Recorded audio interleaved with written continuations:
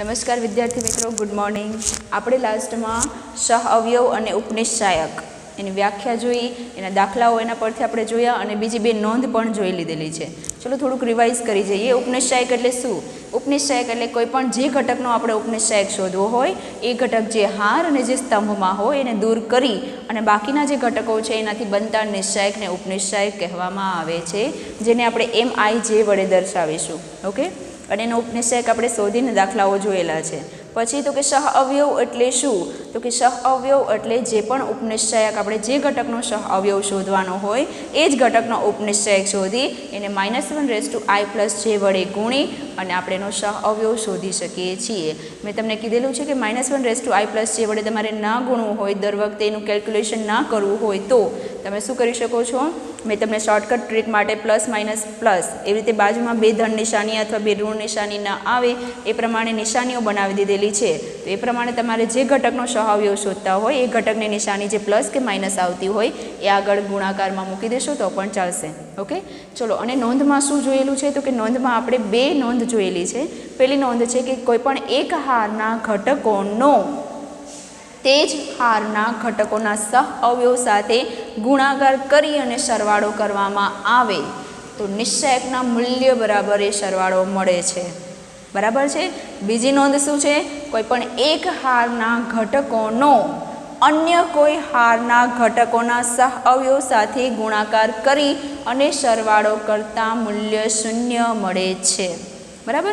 ચલો, તો હવે આપણે બે જે વસ્તુની આપણે નોંધ જે છે અને ઉપનિશ્ચાયક અને સહ અવયવ આ જે ટોપિક ક્લિયર કર્યા છે એના પરથી આપણે સ્વાધ્યાયના દાખલાઓ જે બાકી છે એ ક્લિયર કરી નાખીએ. ઓકે, ચલો. શું કીધું? ત્રીજા દાખલામાં પહેલો અને બીજો હોમવર્કમાં આપેલો છે જે થઈ ગયો હશે. ચલો, શું કીધું છે? બીજી હારના ઘટકોના સહ અવયવનો ઉપયોગ કરી નિશ્ચાયકનું મૂલ્ય મેળવો. ચલો, આ વસ્તુ મને ના કીધી હોય અને ડાયરેક્ટ કીધું હોય કે આ નિશ્ચાયકનું મૂલ્ય મેળવો તો મને વિસ્તરણ કરતાં આવડે છે. કેવી રીતે વિસ્તરણ કરશો? કોઈ પણ હાર કે સ્તંભ લઈ અને આપણે ત્રિહાર નિશ્ચાયકનું વિસ્તરણ કરતાં આવડે છે. એ ડાયરેક્ટ જે મૂલ્ય મળશે એ કોના બરાબર મળશે? તો કે આ જે હાર આપેલી છે એના બરાબર મળશે તમને. તો હવે પ્રશ્ન એ છે કે ડાયરેક્ટ વિસ્તરણ કરી નાખીએ તો શું ના ચાલે? નહીં ચાલે. કેમ? કારણ કે અહીંયા ક્લિયરલી કીધું છે કે બીજી હારના ઘટકોના સહ અવયવનો ઉપયોગ કરી અને પછી જ તમારે ડેલ્ટાનું એટલે કે નિશ્ચાયકનું મૂલ્ય મેળવવાનું છે. એના વગર તમે બીજી કોઈ પણ મેથડથી ડેલ્ટાનું એટલે કે નિશ્ચાયકનું મૂલ્ય મેળવશો તો એ નહીં ચાલે. બરાબર. ચલો, તો શું કીધું છે? બીજી હારના ઘટકોનો સહ અવયવનો ઉપયોગ કરવાનો છે અને નિશ્ચાયકનું મૂલ્ય મેળવવાનું છે. તો આપણે જે કાલે બે નોંધ જોઈ તેમાં પહેલા નંબરની નોંધ શું હતી? કે કોઈ પણ હારના ઘટકો, ચાલો કે પહેલી હાર, એ હારના ઘટકોનો ગુણાકાર કોની સાથે? તો કે એ જ ઘટકના સહ અવયવ સાથે. તો કે આ ઘટકનો સહ અવયવ 1 1 છે, આ ઘટકનો સહ અવયવ 1 2 છે અને આ ઘટકનો સહ અવયવ છે 1 3. તો એ ઘટકોનો ગુણાકારનો સરવાળો નિશ્ચાયકના મૂલ્ય બરાબર થાય છે. આ પેલી નોંધ જોયેલી છે અને અહીંયા આપણે ડેલ્ટાનું મૂલ્ય જ મેળવવાનું છે. તો આ ડેલ્ટાનું મૂલ્ય આના પરથી આપણે મેળવી શકીએ છીએ. બે રીતે ડેલ્ટાનું મૂલ્ય મેળવી શકાય. એક ડાયરેક્ટ વિસ્તરણ, પણ ડાયરેક્ટ વિસ્તરણ કરવાની અહીંયા ના પાડી છે. બીજું શું કીધું છે? કે આનો ઉપયોગ કરો. તો આપણે એ ઉપયોગ આના પરથી જે પહેલા નંબરની નોંધ જોયેલી છે એના પરથી આપણે આ દાખલાઓ ગણશું. બરાબર. તો અહીંયા શું કીધું છે? બીજી હારના ઘટકો એટલે આ. તો ડેલ્ટાનું મૂલ્ય મળશે. આપણે પહેલાં લખી નાખીએ કે ડેલ્ટાના મૂલ્ય માટે મારે શું પદ મળે છે? તો ડેલ્ટાનું મૂલ્ય આપણે બીજી હારના ઘટકોના સહ અવયવના ઉપયોગથી લખવાનું છે. તો બીજી હારના ઘટકો ક્યાં છે? બીજી હાર પહેલો સ્તંભ, બીજી હાર બીજો સ્તંભ, બીજી હાર ત્રીજો સ્તંભ.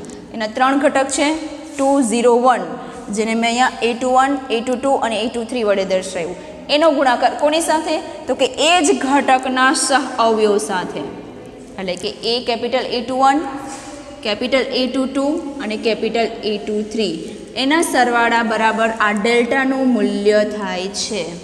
બરાબર. આ તમે 3 હારમાંથી કે 3 સ્તંભમાંથી ગમે ત્યાં આ વસ્તુ લાગુ પાડી શકો છો. શું છે નિયમ? કે જે હાર લ્યો એ હારના ઘટકોનો ગુણાકાર એ ઘટકના સહ અવયવ સાથે જ કરો તો ડેલ્ટાનું મૂલ્ય મળે. પણ કોઈ અન્ય હારના સહ અવયવ સાથે કરો તો એનું મૂલ્ય 0 થઈ જાય. અને આપણે એ ડેલ્ટાનું મૂલ્ય મેળવવાનું છે. એટલે મેં એ જ હાર લીધી અને એના જ સહ અવયવ સાથેનો ગુણાકાર કર્યો. ઓકે, ચલો તો આના માટે મારે પહેલાં બધી વસ્તુ શોધવી પડશે. ચલો પહેલાં A21 જોઈએ, તો A21 તો છે જ રેડી 2. પછી જોઈએ A21, કેપિટલ A21. તો કેપિટલ A21 એટલે શું? આપણે સૌથી પહેલાં આ મેળવશું. કેપિટલ A21, કેપિટલ A21 એટલે કે બીજી હાર પહેલો સ્તંભ, બીજી હાર પહેલો સ્તંભ એટલે આ ઘટક. તો એ ઘટકમાં માઇનસ આવશે કે પ્લસ, કેવી રીતે ખબર પડશે? યાદ કરો, અહીંયા પ્લસ હોય તો અહીંયા શું આવશે? માઇનસ. તો આ નિશાની માટે આગળ માઇનસ આવશે અને M21. A21 કેવી રીતે શોધશું? Minus M21. ચલો માઇનસના માઇનસ M21 શોધી લઈએ. M21 એટલે શું? જે ઘટકનો ઉપનિશ્ચાયક શોધવાનો છે એ હાર અને સ્તંભને છોડી દો તો બાકીનાનો ક્રોસ ગુણાકાર. તો 3 તેરી 9 માઇનસ 8 દુની 16. ચલો શું જવાબ મળ્યો જોઈ લઈએ. 9 માઇનસ 16 એટલે minus 7, minus minus plus 7. Okay, તો ચલો A21 મળી ગયું છે મને પ્લસ 7. હવે તો કે આ એ તો રેડીમેડ છે A22 એટલે બીજો ઘટક, પણ આ A22 નથી. આ ઘટક તો આપણે નિશ્ચયકમાં રેડીમેડ આપ્યું છે, પણ સહ અવયવ આપેલો છે નહીં, જે મારે શોધવો પડશે. એટલે A22 શોધીશ. A22 એટલે સહ અવયવ, ઉપનિશ્ચયક માઇનસ કે પ્લસ જે પણ નિશાની આવે. ઉપનિશ્ચયક કોનો? તો કે આનો જે છે એનો જ ઉપનિશ્ચયક. આગળ પ્લસ લખશું કે માઇનસ? તો કે આ ઘટક માટે જોવાનું છે. અહીંયા માઇનસ લખ્યું તો અહીંયા આપણે શું લખશું? પ્લસ. એટલે પ્લસ M22. હવે ચલો M22 મેળવી લઈએ. M22 એટલે શું? તો કે જે ઘટક છે આ એ હાર અને સ્તંભ છોડી દો તો બાકીના 4 ઘટકોનો ક્રોસ ગુણાકાર. 5 તેરી 15 માઇનસ 8 એકા 8. ચલો 15માંથી 8 જાય તો કેટલા વધશે? 7. તો આપણે શું મૂલ્ય મળ્યું? પ્લસ 7. ઓકે, ચલો પછી A23 તો છે જ આપણી પાસે રેડીમેડ 1. તો કેપિટલ A23 શોધી લઈએ. કેપિટલ A23 એટલે શું? તો કે બીજી હાર અને ત્રીજા સ્તંભનો ઉપનિશ્ચયક. બાજુમાં શું આવશે? તો કે પેલા માઇનસ આવ્યું, પ્લસ આવ્યું, હવે માઇનસ M23. ચલો માઇનસના માઇનસ M23 મેળવી લઈએ. M23 એટલે શું? તો કે બીજી હાર અને ત્રીજો સ્તંભને દૂર કરીએ તો આ 4 ઘટકોનો ક્રોસ ગુણાકાર. 5 દુની 10 માઇનસ 3 એકા 3. ચલો 10માંથી 3 જાય તો 7 અને માઇનસ 7. આવી રીતે આપણે ત્રણેય મળી ગયું છે. હવે આપણે લઈશું ડેલ્ટાનું મૂલ્ય, એટલે કે સમીકરણ નંબર 1 પરથી એ આપણે લખી શકીએ કે સમીકરણ નંબર 1 પરથી ડેલ્ટા બરાબર A21. A21 એટલે 2, A21 એટલે 7 પ્લસ A22. A22 એટલે શું? 0 into capital A22 7 plus A23 એટલે 1. A23 એટલે શું? 1 ઇન્ટુમાં કેપિટલ A23. તો કેપિટલ A23 શું મળ્યા? માઇનસ 7. ચલો કરો સરવાળા બાદ બાકી. 7 દુની 14, 0 ઇન્ટુ 7 એટલે 0 અને માઇનસ 7. 14માંથી 7 જાય તો કેટલા વધે? 7. તો આ ડેલ્ટા નિશ્ચયકનું મૂલ્ય 7 મળ્યું છે. આ આપણે બીજી હારના ઘટકોના સહ અવયવ વડે ડેલ્ટાનું મૂલ્ય મેળવું. અને આ જવાબ આપણો સાચો છે કે ખોટો એ કેવી રીતે ખબર પડશે? આપણે ડાયરેક્ટ સોલ્યુશન કરીએ. આનું જોઈએ કેટલું મળે. આના પરથી આપણે નક્કી કરશું કે આપણે જે આના બરાબર આ લખ્યું ચકાસી, આપણે ચકાસી પણ શકીએ કે આ ડેલ્ટા બરાબર જે 7 મૂલ્ય મળ્યું છે સાચું છે કે ખોટું. ચલો પેલી હાર દ્વારા વિસ્તરણ કરું છું. 5ના 5, 5 જે હાર અને સ્તંભને છોડી દઈએ તો ક્રોસ ગુણાકાર 0 માઇનસ 2.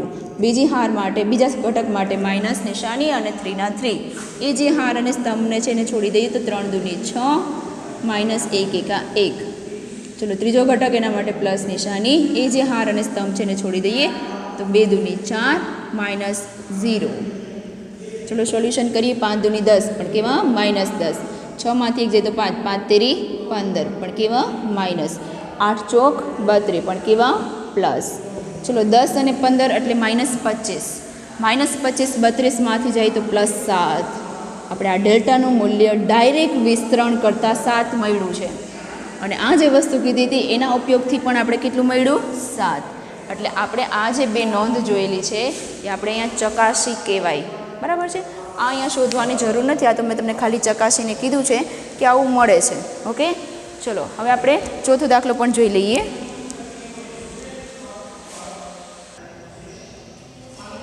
ચલો ચોથો દાખલો કંઈક આવો આપેલો છે. જુઓ ચોથામાં શું કીધું છે કે ત્રીજા સ્તંભના ઘટકોના સહ અવયવના ઉપયોગથી ડેલ્ટાનું મૂલ્ય મેળવો.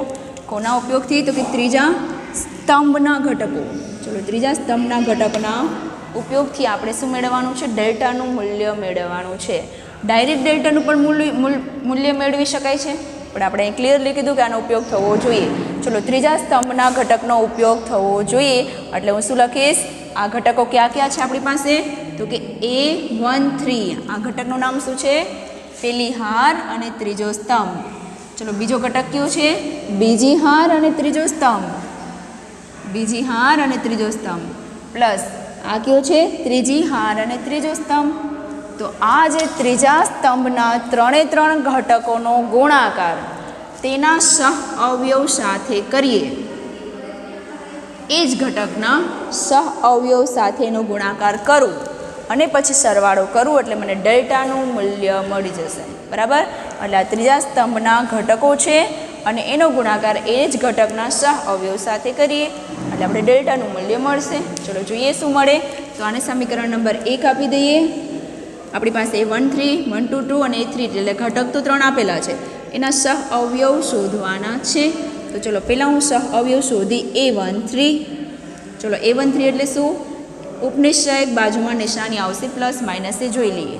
ચલો આ પહેલા ઘટક માટે પ્લસ માઇનસ પ્લસ, અહીંયા કઈ નિશાની આવશે? પ્લસ, પછી માઇનસ અને પછી પ્લસ. ચલો તો અહીંયા પ્લસ નિશાની મૂકું છું. ચલો ઉપનિશ્ચયક મેળવી લઈએ. ઉપનિશ્ચયક એટલે પેલી હાર અને ત્રીજા સ્તંભનો ઉપનિશ્ચયક. પેલી હાર અને ત્રીજા સ્તંભનો એટલે કે આ ઘટકનો ઉપનિશ્ચયક મેળવવાનો છે. તો એ હાર અને સ્તંભને દૂર કરી બાકીનાનો ક્રોસ ગુણાકાર. તો z માઇનસ y એકા y એટલે કે y minus z minus y મળ્યું છે તમને. રાખી દો ચલો જે પણ મળ્યું એ. હવે તો કે હું બીજું મેળવીશ A23. A23 એટલે શું? પ્લસ હતું, હવે માઇનસ M23. A23 એટલે શું? પહેલાં પ્લસ હતું, હવે આપણે લખશું માઇનસ M23. ચલો માઇનસ M23 માઇનસના માઇનસ M23 એટલે કે ઉપનિશ્ચયક મેળવવો છે. કોનો? તો કે બીજી હાર અને ત્રીજા સ્તંભને છોડી દો તો બાકીનાનો 4 ઘટકોનો ગુણાકાર. z એકા z અને માઇનસ x એકા 1. z minus x. ચલો માઇનસ અંદર જવા દઉં તો માઇનસ માઇનસ પ્લસ x અને માઇનસ z એટલે કે x માઇનસ z. ઓકે, ચલો પછી ત્રીજો ઘટક છે A33.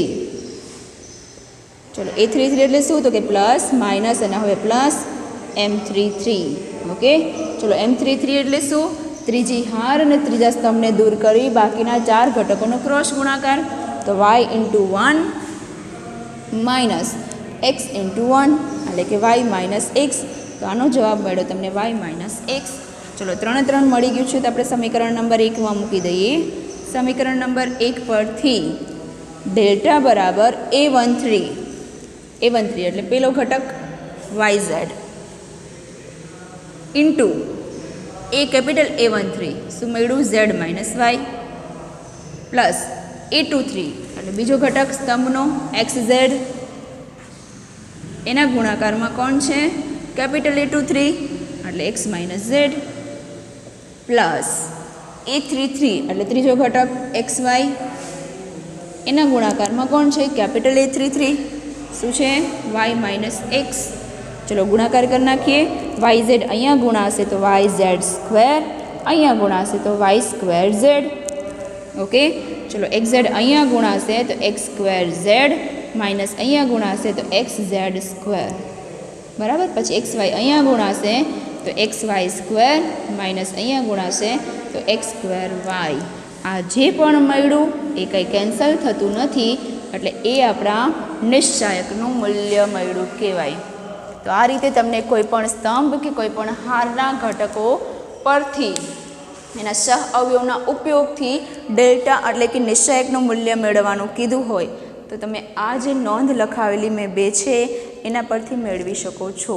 જ્યારે 0 મળે આનું મૂલ્ય ત્યારે અન્ય હારના સહ અવયવનો ગુણાકાર આવશે, પણ ડેલ્ટાનું મૂલ્ય મેળવવાનું કીધું છે એટલે એ જ હારના ઘટકોનો સહ અવયવનો ગુણાકાર થશે.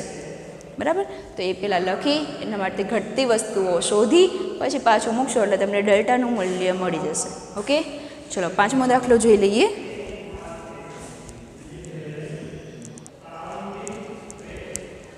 ચલો પાંચમો MCQ આપેલો છે સ્વાધ્યાય 4.4નો. શું કીધું છે? ડેલ્ટા બરાબર 3x3નો નિશ્ચાયક આપેલો છે અને એમ કીધું કે AIJનો સહઅવયવ કેપિટલ AIJ હોય તો ડેલ્ટાનું મૂલ્ય મેળવો. ચલો ડેલ્ટાનું મૂલ્ય એટલે પેલી નોંધ, અને જો ડેલ્ટા બરાબર 0 કીધું હોય તો બીજી નોંધ. ચલો પેલી નોંધ શું છે?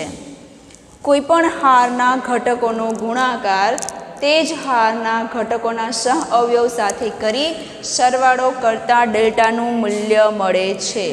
અહીંયા કોઈ પણ હાર કે કોઈ પણ સ્તંભ લઈ શકો છો, એટલે આ ડેલ્ટાનું મૂલ્ય 6 બરાબર મળશે. કઈ રીતે?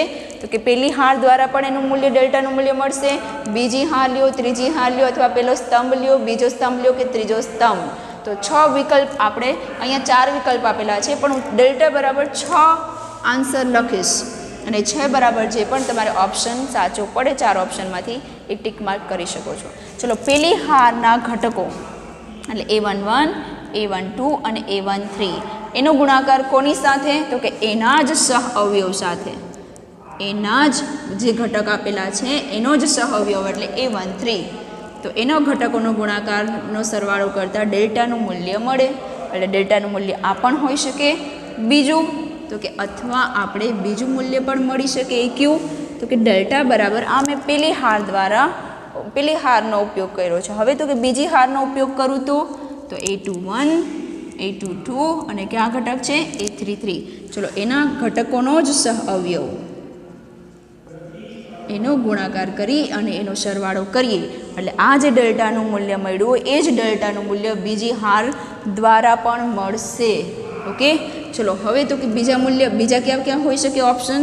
તો કે આવા પણ ઓપ્શન હોઈ શકે ત્રીજી હારની મદદથી. ચલો તો ત્રીજી હારમાં ઘટકો ક્યાં ક્યાં છે? A31, A32 અને A33 એનો ગુણાકાર એના સહઅવયવ સાથે એટલે A31, A32 અને A33.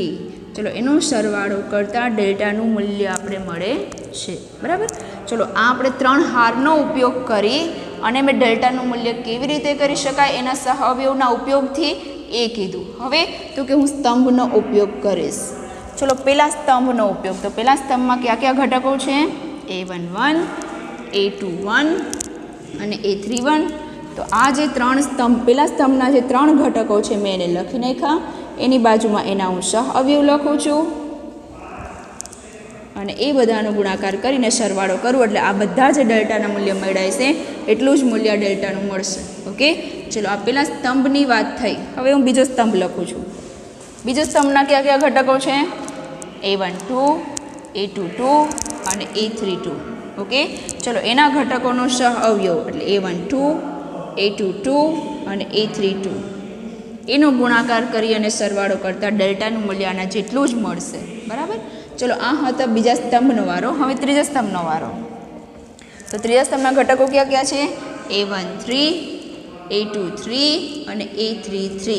ચલો એનો ગુણાકાર એના સહઅવયવ સાથે. તો A13નો ગુણાકાર સહઅવયવ શું મળશે? A13, આનો A23 અને આનો A33. એનો ગુણાકારનો સરવાળો એટલે આપણે આ ડેલ્ટાનું મૂલ્ય આના જેટલું જ મળશે. તો તમે આ જે નોંધ લખાવી છે મેં કે કોઈ એક હારના ઘટકોનો તે જ હારના સહઅવયવ સાથે ગુણાકાર કરી સરવાળો કરતાં નિશ્ચાયકનું મૂલ્ય મળે છે. એ કોઈ એક રીતે નહીં પણ 6 રીતે મળશે તમને. એટલે કે 3 હારની મદદથી અને 3 સ્તંભની મદદથી તમે કરી શકો છો. બરાબર. ચલો તો આ રીતે 6 માંથી કોઈ પણ ઓપ્શન 4 ઓપ્શનમાંથી તમારી સામે હોય તો તમે એનું ટીક માર્ક કરો એટલે તમારો જવાબ ખોટો પડે નહીં. ઓકે, કીધું નથી અહીંયા કે ક્લિયરલી કે કેટલામી હાર લ્યો તમે કે કેટલામો સ્તંભ લ્યો. એટલે આ 6 માંથી ગમે તે ઓપ્શનમાં હોઈ શકે. ઓકે, ચલો તો આપણે અહીંયા સ્વાધ્યાય 4.4 કમ્પ્લીટ કરીએ છીએ. તો એના પછીનો ટૉપિક જે છે તમને ખ્યાલ આવી ગયો છે કે સ્વાધ્યાય 4.4માં કાંઈ નથી અને 4.3માં પણ કાંઈ નથી. 4.3 એટલે શું? ત્રિકોણનું ક્ષેત્રફળ પર એક સૂત્ર પરથી દાખલાઓ કરવાના હતા. અને 4.4 માટે શું? તો કે ઉપનિશ્ચાયક અને સહઅવયવ જે બે ટોપિક છે અને બે નોંધ લખાવેલી છે એના પરથી દાખલાઓ કરવાના હતા. એટલે બંને સ્વાધ્યાય એકદમ ઇઝી હતા. દાખલાના જે સ્વાધ્યાયના દાખલાઓ છે એકદમ નાના છે અને એ દાખલાઓમાં કાંઈ છે નહીં. ચલો હવે પછીનો ટોપિક પણ જોઈ લઈએ આપણે. ચલો પછીનો ટૉપિક છે મોસ્ટ ઇમ્પોર્ટન્ટ ટૉપિક કહી શકાય આ ચેપ્ટરનો, બરાબર છે, કારણ કે આ ચેપ્ટરમાંથી જે 4 ગુણના દાખલા પૂછાય છે એ આપણે આ જે સહઅવયવ શ્રેણિક છે એ અને એના પછીનો જે વ્યસ્ત શ્રેણિક છે એના મદદથી 4 ગુણના દાખલાઓ પૂછાય છે, બરાબર. એટલે એના વ્યસ્ત શ્રેણિકના 4 ગુણના દાખલાઓ પૂછાય છે. એટલે એ સમજવા માટે તમારે સહઅવયવ શ્રેણિક શીખવો જરૂરી છે. અને સહઅવયવ જે શ્રેણિક જુઓ, આપણે સહઅવયવ શીખી ગયા છે કે ઉપનિશ્ચાયક અને સહઅવયવ એટલે શું, તો એ વસ્તુ શીખી ગયા છીએ. પણ અહીંયા કીધું છે સહઅવયવ શ્રેણિક, જેને આપણે ઇંગ્લિશમાં કહેશું એડજોઇન્ટ મેટ્રિક્સ. ચલો એડજોઇન્ટ ઓફ મેટ્રિક્સ એટલે કે શ્રેણિક શોધવાનો છે સહઅવયવ શ્રેણિક. હવે તો કે આ તમે વિચારશો કે સહઅવયવ શેના પરથી આવ્યું, સહઅવયવ પરથી આવ્યું. એટલે આ સહઅવયવ શ્રેણિક શીખવા માટે તમને સહઅવયવ આવડવું જોઈએ. ચલો હવે કેવી રીતે અને આગળ શું થાય એ જોઈ લઈએ. આપણે શું કીધું છે કે ધારો કે કોઈ એક શ્રેણિક આપેલો છે, અહીંયા શ્રેણિક આપેલું છે, ચેપ્ટર છે નિશ્ચયક અને શોધવાનું કીધું શ્રેણિક. તો આપણે શું કરશું તો કે સૌથી પહેલાં શ્રેણિક લખીએ. કેટલા ક્રોસનો લખશું તો કે 2x2નો પણ લખી શકો અને 3x3નો પણ લખી શકો. એટલે ધ્યાન રાખવાનું છે કે ચોરસ શ્રેણિક હોવો જોઈએ, બરાબર. ચલો ચોરસ શ્રેણિક છે તો આપણે 3x3નો લઈએ, કારણ કે 3x3નો ચોરસ શ્રેણિક તમને આવડી જશે સોલ્વ કરતાં, એટલે 2x2નો ઓટોમેટિક આવડી જશે. ઓકે, ચલો તેના ઘટકો લખીએ. a12 a11 a12 a13 a21 a22 a23 a31 a32 a33. ચલો આનો જે શ્રેણિક આ એ શ્રેણિક છે, પણ કેવો છે એ ચોરસ શ્રેણિક છે. શું છે? ચોરસ શ્રેણિક લેવાનો છે, કારણ કે ધ્યાન રાખજો નિશ્ચાયકમાં ચોરસ શ્રેણિકનો જ ઉપયોગ થશે, બીજા એકેય પ્રકારના શ્રેણિકનો ઉપયોગ થશે નહીં. ઓકે, ચલો આ ચોરસ શ્રેણિક આપેલો છે. તો હવે આપણે શું કરશું તો કે આના સહઅવયવ જ શોધવું. આપણે આના સહઅવયવ શ્રેણિક મેળવવાનો છે. તો આ 9 ઘટકના પેલા સહઅવયવ શોધવા પડશે, બરાબર. ચલો તો પેલા a11નો સહઅવયવ શું થશે? Capital A11. આનો સહઅવયવ શું થશે? Capital A12. આનો સહઅવયવ કેપિટલ A13. આનો A21, કેપિટલ A22 અને કેપિટલ A23. બધાના જ સહઅવયવ શોધી અને એના ઘટકની જગ્યાએ રાખું છું. આમાં એક કેપિટલ એ શ્રેણિક આપેલું છે અને આ શું છે તો કે એના સહઅવયવ શ્રેણિક એના મેં સહઅવયવ શોધ્યા છે. શું શોધ્યા છે? શ્રેણિક એ આપેલો છે, એ શ્રેણિકના મેં સહઅવયવ શોધી બધાને પોતપોતાની જગ્યાએ રાખ્યા છે. પહેલાંનો સહઅવયવ પહેલાંની જગ્યાએ, બીજા ઘટકનો સહઅવયવ બીજાની જગ્યાએ, એ રીતે 9 ઘટકના સહઅવયવ મેળવી અને મેં એની જગ્યાએ રાખ્યા છે ખાલી. હવે તો કે પહેલાં આપણે સહઅવયવ મેળવા, શ્રેણિકમાંથી શું મેળવ્યું આપણે? સહઅવયવ. હવે શું કરશું તો કે આ જે સહઅવયવ છે એનો પરિવર્ત કરશું, એટલે કે એના સહઅવયવનો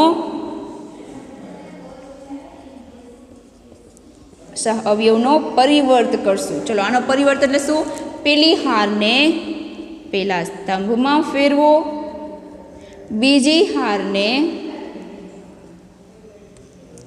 બીજા સ્તંભમાં ફેરવો 2 3 અને ત્રીજી હારને ત્રીજા સ્તંભમાં ફેરવો. એટલે કે પરિવર્ત કરતા જે મળે છે એ આપણો છે સહઅવયવ શ્રેણિક. એટલે શું કરશું સૌથી પહેલાં તો કે એ જે ચોરસ શ્રેણિક આપેલો છે પહેલાં એના ઘટકોના સહઅવયવ મેળવીશ અને એ સહઅવયવ જે મળી ગયા એને હું એની જગ્યાએ મૂકીશ અને પછી એનું શું કરીશ? પરિવર્ત કરીશ. અને પરિવર્ત કરતાં જે મને શ્રેણિક મળશે એ મને સહઅવયવ શ્રેણિક મળશે. એ કેવો શ્રેણિક મળશે? સહઅવયવ શ્રેણિક મળશે, જેને દર્શાવાય છે આવી રીતે. કેપિટલ ADJ એનું શોર્ટ ફોર્મ છે, કેપિટલ એડજોઇન્ટ છે, એના પરથી 3 આંકડાઓ લઈ 3 અક્ષરો લઈ અને દર્શાવ્યું છે કે એડજોઇન્ટ ઓફ A, એટલે કે એ શ્રેણિકનો સહઅવયવ શ્રેણિક. અને આ રીતે દર્શાવાય સહઅવયવ શ્રેણિકને ADJ. પછી તમે કેપિટલ લખો કે સ્મોલ લખો, બરાબર, પણ ADJ એ આપેલું હોય એનો મિનિંગ થાય સહઅવયવ શ્રેણિક, બરાબર. તો આ વ્યાખ્યા પણ કહી શકાય. વ્યાખ્યા કેવી રીતે લખવી આની? તો વ્યાખ્યા આ રીતે લખાશે કે કોઈ પણ એક ચોરસ શ્રેણિકના ઘટકોનો સહઅવયવ માટે તેનું પરિવર્ત લેતા જે શ્રેણિક મળે છે તેને આપણે સહઅવયવ શ્રેણિક કરશું. એટલે સહઅવયવ શ્રેણિક મેળવવો હોય તો એના 3 સ્ટેપ છે. પહેલું સ્ટેપ એના સહઅવયવ મેળવો, બીજું સ્ટેપ એનું પરિવર્ત કરો, અને એટલે જે મળશે પરિવર્ત કરતા જવાબ એ આપણો સહઅવયવ શ્રેણિક હશે. બરાબર. એટલે અહીંયા 2 સ્ટેપ આપેલા છે. સહઅવયવ શોધી પરિવર્ત કરશો એટલે તમને એના સહઅવયવ જ મળી જશે. એટલે આપણે અહીંયા મેં તમને કીધેલું છે કે સહઅવયવ શ્રેણિક શોધવા માટે તમારે સહઅવયવ શોધતા આવડવા જોઈએ, અને સહઅવયવ શોધવા માટે તમને ઉપનિશ્ચાયક શોધતા આવડવા જોઈએ. એટલે ઉપનિશ્ચાયક પરથી સહઅવયવ મળશે, સહઅવયવ પરથી તમને સહઅવયવ શ્રેણિક મળશે. તો આજનો ટોપિક છે કે સહઅવયવ શ્રેણિક શોધો. પરિવર્ત શ્રેણિક માટે શું કરવું એ આપણે કાલે શીખશું. અત્યારે ખાલી તમારે આટલું શીખવાનું છે કે સહઅવયવ શ્રેણિક કેવી રીતે મળે. સિમ્પલ. પહેલાં સહઅવયવ શોધો, પછી એનું પરિવર્ત કરો એટલે તમને જે મળી ગયું એ સહઅવયવ શ્રેણિક મળી જશે. બરાબર.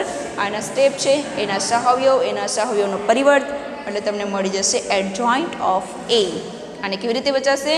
એડીજે ઓફ એ પણ વાંચો અથવા એડજોઇન્ટ ઓફ એ એટલે કે સહઅવયવ શ્રેણિક.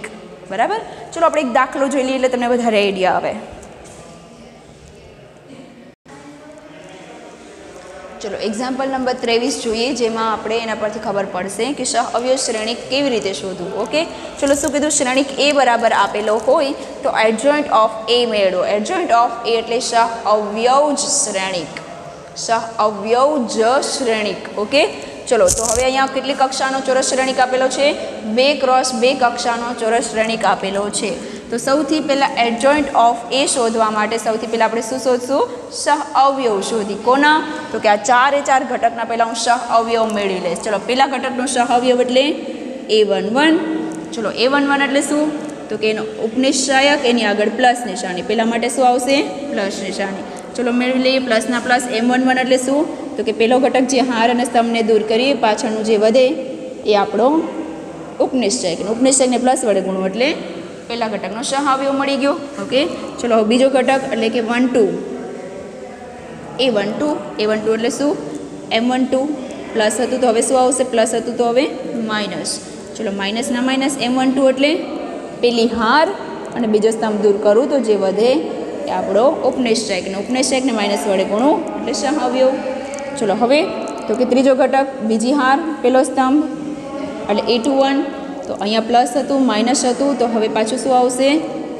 અહીંયા આપણે આ નિશાની જોવાનું છે પ્લસ માઇનસ. તો પ્લસની બાજુ વળી પાછું શું આવશે? માઇનસ. m21. આ ધ્યાન રાખજો, અહીંયા જે નિશાની છે ગણી લેવાની પ્લસ માઇનસ.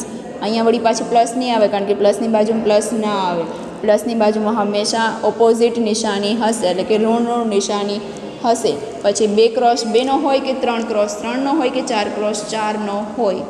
બરાબર. ચલો આ ઘટક છે a21, એના માટે શું આવશે? માઇનસ નિશાની m21. ચલો માઇનસના માઇનસ. m21 એટલે જે હાર અને સ્તંભને છોડી દો તો પાછળ 3 વધ્યું. ઓકે. ચલો પછી ચોથો ઘટક બીજી હાર અને બીજા સ્તંભનો ઘટક છે એટલે a22 એટલે m22. ચલો પ્લસ માઇનસ તો વળી પાછું શું આવશે? અહીંયા પ્લસ. ઓકે. તો પ્લસના પ્લસ. m22 એટલે જે હાર અને સ્તંભને ભૂલી જાઓ તો કેવો ઘટક આવશે? 2. ચલો મને 4 ઘટકના સહઅવયવ મળી ગયા છે. તો હવે હું શોધીશ adjoint of A is equal to 4 જે ઘટકના સહઅવયવને અહીંયા મૂકો એની જગ્યાએ એટલે 2ની જગ્યાએ 4 આવશે, 3ની જગ્યાએ -1 અને 1ની જગ્યાએ -3 અને 4ની જગ્યાએ 2.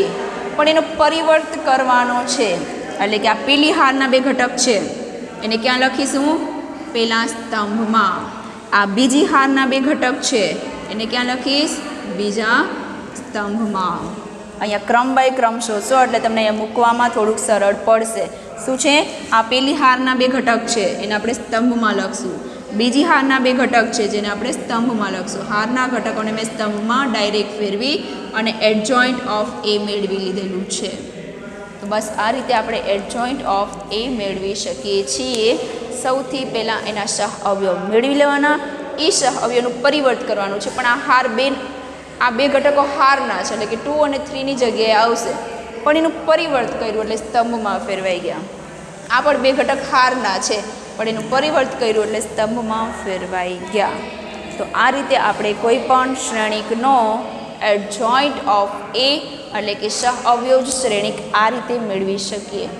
બરાબર. ચલો આનો એડજોઇન્ટ ઓફ એ એટલે કે શ્રેણિક તમારે MCQમાં કદાચ પૂછાણો. બરાબર. 4 ઓપ્શનમાં પૂછાણો અને કીધું કે 2x2 કક્ષાના શ્રેણિકનો એડજોઇન્ટ મેળવો, સહ અવયવ મેળવો. તો હું એક શોર્ટકટ કહું છું. આ 4 ઘટક ના મેળવવા હોય, સહ અવયવ ના મેળવવા હોય તો એક શોર્ટકટ કહું છું. એ શોર્ટકટ કંઈક આવી છે.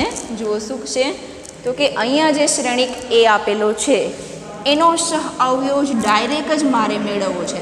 તો એની શોર્ટકટ આવી છે કે આ જે વિકર્ણના ઘટકો છે એની અદલા બદલી કરો. એટલે કે 2ની જગ્યાએ 4 અને 4ની જગ્યાએ 2. જુઓ મેળા. હા. અને આ જે વિકર્ણના ઘટકો છે એની નિશાની બદલો. શું બદલવાની? એના ઘટકો એ જ રહેશે પણ એની નિશાની બદલવાની. એટલે +3 છે તો -3, +1 છે તો -1. આ ખાલી 2x2 કક્ષાના શ્રેણિક માટે જ શોર્ટકટ ચાલશે. 3x3 કક્ષાના શ્રેણિક માટે આ શોર્ટકટ ચાલે નહીં. બરાબર. એટલે આ વસ્તુ ધ્યાન રાખવાની છે કે 2x2નું કીધું હોય ને MCQમાં પૂછાયેલું હોય. થિયરીમાં પૂછાય તો તમારે આ રીતે સ્ટેપ બાય સ્ટેપ જ જવું પડશે. બરાબર. પણ થિયરીમાં MCQમાં પૂછાણો હોય 2x2નો હોય તો આ 2ની અદલા બદલી અને આ 2ની નિશાની બદલો. આને અગ્ર વિકર્ણ કહેવાય અને પશ્વ વિકર્ણ કહેવાય. આ અગ્ર વિકર્ણની અદલા બદલી અને પશ્વ વિકર્ણની નિશાની બદલો. તો આ 2 વસ્તુ કરશો એટલે તમારે આ શોધવાની જરૂર નહીં પડે. ડાયરેક્ટ એડજોઇન્ટ ઓફ એ મળી જશે. બરાબર. ચલો પછીનો એક્ઝામ્પલ જોઈ લઈએ.